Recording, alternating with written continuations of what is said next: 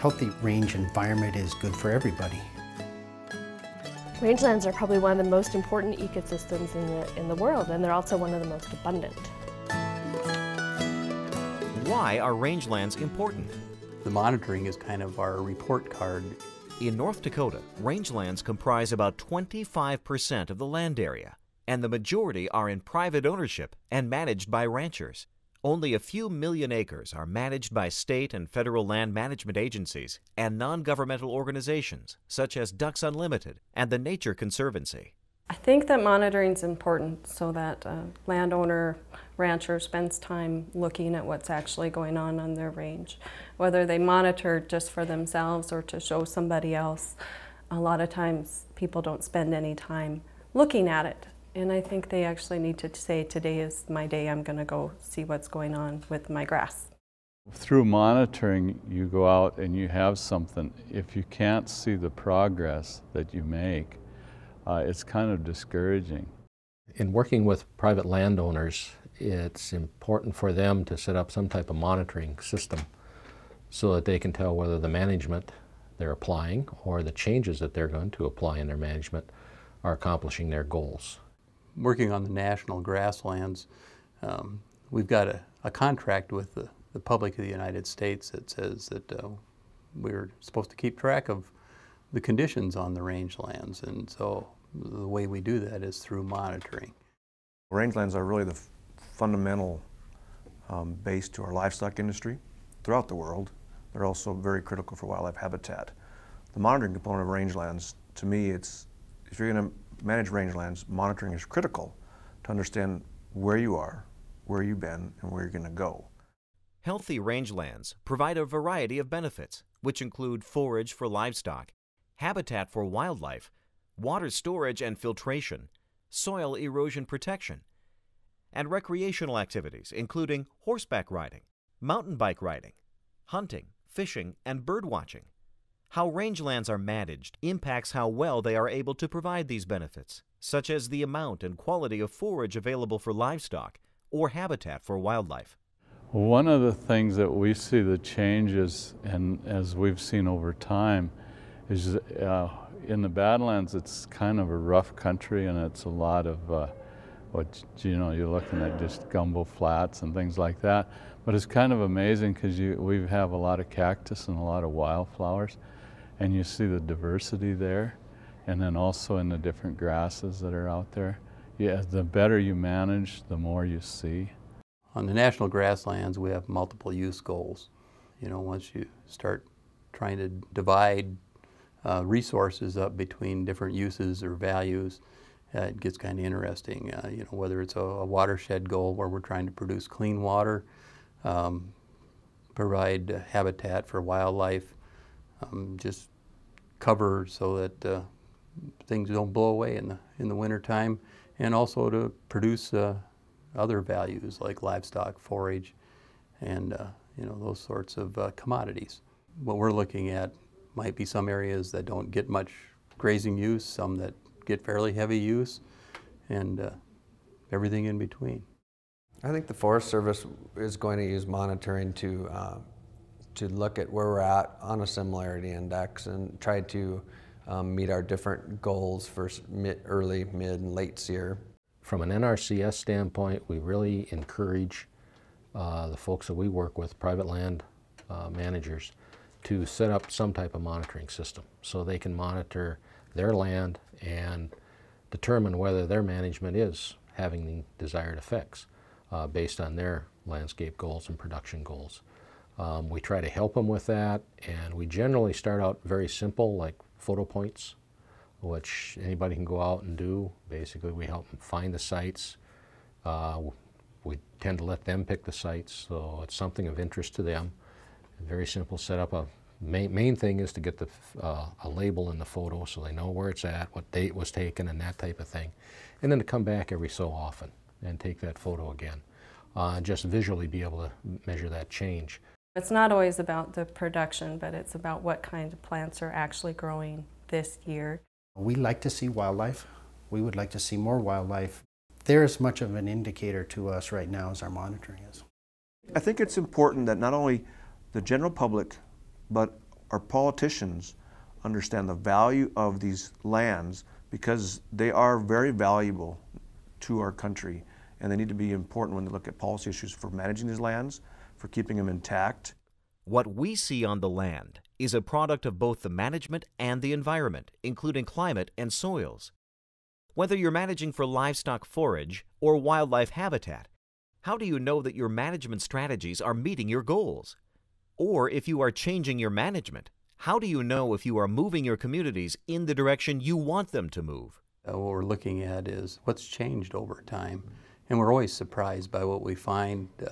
You know, sometimes when we change management, we think we know what's going to happen out there, and nature has a way of surprising us. When you're setting up your monitoring, you always got to keep in mind that the results you find or come up with may not be as a result of the management that's being applied. It might be something out of beyond that manager's control, such as weather, hail, drought, those type of things.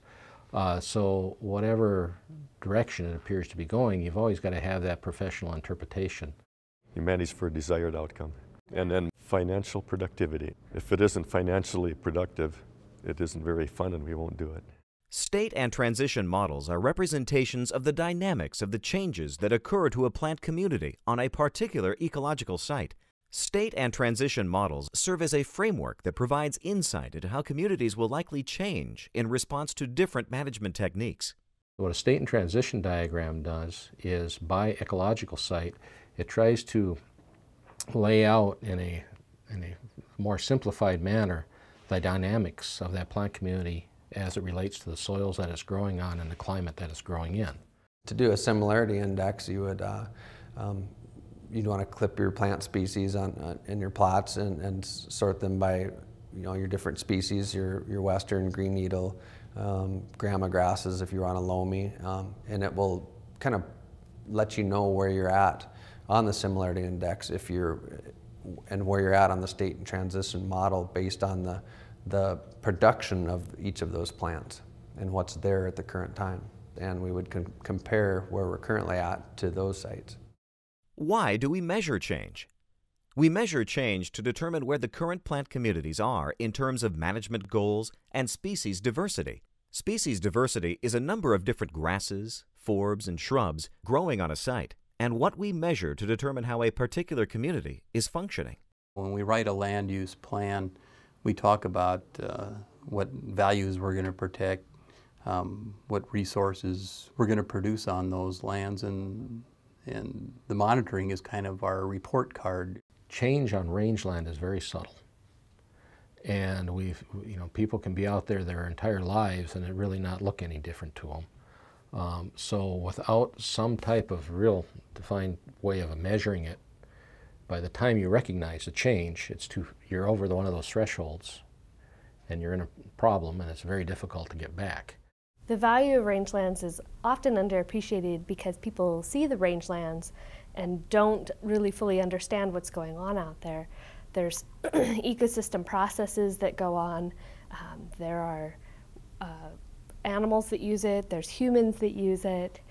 We get our energy from there. And there's lots of ecosystem services that the rangelands provide that aren't necessarily well recognized. The misconception is people see trees in the forest. What they don't see with grasslands is most of our value in grasslands, what it comes to in terms of the carbon, nitrogen, and oxygen cycling, is it's below the ground. Most of our production in grasslands is below the ground, so they don't see it. And that's critical for proper functioning of our ecosystems, our atmosphere, the whole cycle that occurs in nature, because they don't see it. It's in the roots. How do we measure change? Change on rangelands is a slow process that typically takes years to observe. You need a baseline inventory as well as incremental revisits, known as monitoring, to determine if change is occurring. You need to decide whether the change observed is due to natural variation or actual change. Natural variation would be the differences in temperature and amount and timing of precipitation that influence growing conditions. Inventory is a one-time observation and measurements that are typically more detailed than monitoring. We want a lot of information so that we can make informed choices about the characteristics or functions we will choose to monitor. Monitoring is a set of ongoing observations and measurements that are repeatable over time and space and pull out the parts from the inventory that we have decided need monitoring. These parts will show us change the quickest and with the least amount of effort. For example, percent of ground cover that is classified as bare ground would be a typical measurement, or changes in species composition. I do a one jump test with a spade. How easy does it go in the soil with one jump? It gets exciting, and you can get family involved too. I don't think if we weren't doing what we're doing that they would really care to come back and be as involved and see the success and that there is opportunity in ranching. Monitoring is a measure of whether the changes we make out there are accomplishing our objectives. Now, we spend a lot of time now discussing and trying to figure out how do we enhance native species and try and slow down the invasives that are showing up in there. If you're monitoring as you apply the management changes, if it's going in the wrong direction, you know you better do something different and move in a different direction. Lands that aren't used can have detrimental effects. Ranchers on the land are a valuable resource that we can't afford to lose. Lands that are managed may be worth more in the future. It's important for the general public to know the value of rangelands as a whole in terms of what they contribute to our society, whether it's an economic return to the livestock industry, or its aesthetic value, or its wildlife value. There are so many values to rangelands, even the carbon sequestration component that we get from its value to trapping carbon. One of the most important reasons for us to monitor rangelands is not for our own benefit or even for the benefit of the people who are here right now, but the ones that are going to come along later. If we're not monitoring them, we don't know, and therefore our children and our grandchildren don't know and can't be the best stewards of the land. It's precious. We like rangeland. The bugs like rangeland, the birds like rangeland, the antelope like rangeland. Ranchers raise grass for a living. They don't raise cows. We harvest it with cows. That gives us a protein source. But our crop is grass, and we have to have the range to raise it.